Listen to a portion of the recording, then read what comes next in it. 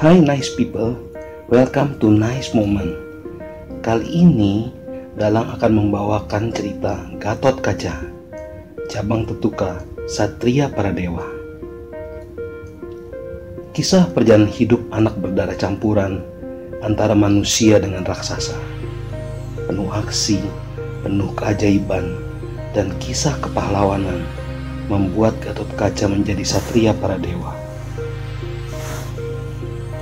Ayah Gatotkaca adalah Bima, salah satu tokoh legendaris Pandawa, sedang ibunya adalah Arimbi, seorang raksasa wanita yang berwujud wanita cantik, putri kerajaan Pringgadani, negeri para raksasa. Sewaktu lahir, Gatotkaca yang bernama kecil Cabang Tetuka sudah menggetarkan dunia. Tali pusarnya tidak bisa dipotong, sehingga Arjuna, pamannya, adik Bima, harus meminta petunjuk para dewa. Dengan pertempuran sengit dengan Karna, akhirnya Arjuna berhasil mendapatkan mustika kayu mastaba, sarung senjata Kontawijaya. Kayu mastaba sarung Kontawijaya bisa memotong tali pusar Cabang Tetuka dan melebur dalam tubuh Gatotkaca. Gatotkaca kemudian diasuh oleh Batara Narada, dewa yang dikenal dengan pengetahuan dan kebijaksanaan. Gatotkaca kecil mengguncang jagat para dewa ketika Gatotkaca kecil harus berhadapan dengan pasukan raksasa buas yang menyerang kediaman para dewa. Sekipu utusan raksasa buas, patih para raksasa, berusaha mengalahkan Gatotkaca kecil. Taring cakar maut tidak mampu sedikit pun melukai Gatotkaca kecil. Sekipu yang merasa kalah pergi menyimpan dendam. Barisan raksasa buas wajar kacir. Atas inisiatif Batara Narada, maka Batara Narada menceburkan tubuh Tetuka ke dalam kawah Candra di Muka, di Gunung Jamurdipa. Para dewa kemudian melemparkan berbagai jenis pusaka ke dalam kawah. Beberapa saat kemudian, Gatotkaca bangkit ke permukaan sebagai laki-laki sempurna. Segala jenis pusaka para dewa telah melebur dan bersatu ke dalam tubuh Gatotkaca. Sekipu yang sudah menyimpan dendam menghimpun bala tentara buas yang lebih dahsyat untuk menyerang Kahyangan. Sekipu mengeluarkan jurus-jurus saktinya. Jurus-jurus sakti pukulan dari Sekipu membangkitkan tenaga hawa murni Gatotkaca. Gatotkaca berubah mengeluarkan wujud aslinya sebagai raksasa yang mengerikan, raksasa marah yang mengamuk. Pertempuran sengit dua raksasa tidak bisa dihindari. Gatotkaca akhirnya berhasil mengalahkan Sekipu. Game over. Untuk mengendalikan raksasa Gatotkaca, Kresna dan para Pandawa menyusul ke Kahyangan. Kresna memotong taring Gatotkaca dan menyuruhnya berhenti menggunakan sifat-sifat raksasa.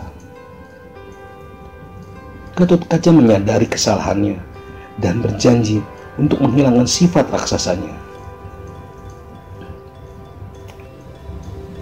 Batara Guru Raja Kahyangan menghadiahkan pakaian pusaka, caping Basunanda, baju zirah Antakusuma, dan terompah pada Kacarma.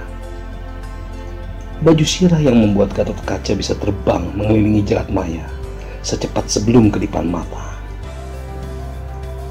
Caping Basunanda, topi pelindung yang mampu meredam serangan mematikan, melindungi Gatotkaca dari berbagai senjata, dari panasnya api, dinginnya es, bahkan tetesan air hujan tidak bisa menyentuh Gatotkaca. Terompah pada Kacarma, sepatu yang memampukan Gatotkaca melintasi dunia arwah, memasuki dunia hantu, menembus jagat angker. Dengan baju sakti pemberian para dewa, Gatotkaca berangkat menyerbu kediaman raja raksasa Kalapracona.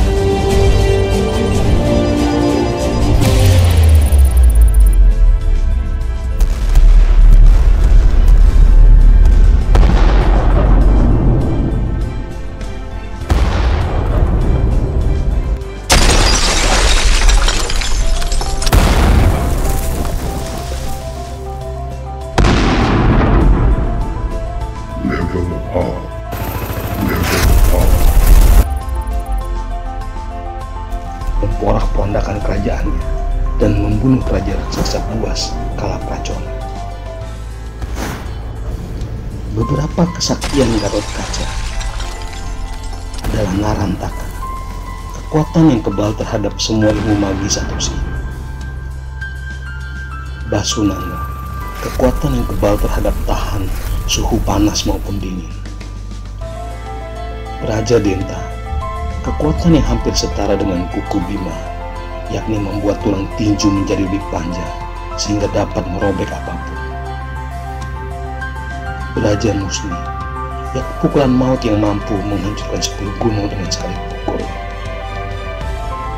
Pada Kacarma, tendangan maut yang bisa mematikan siapapun lawannya. Kendali Bayu, kekuatan yang mampu mengendalikan angin sebagai senjata. Itu adalah kisah awal Jabang Ketuka, Gatot Kaca kecil berdarah campuran yang kemudian dikenal menjadi Satria Pradewa, Gatot Kaca. Musuh-musuh sakti, kisah asmara, pertempuran penuh intrik, menanti perjalanan Gatot Kaca.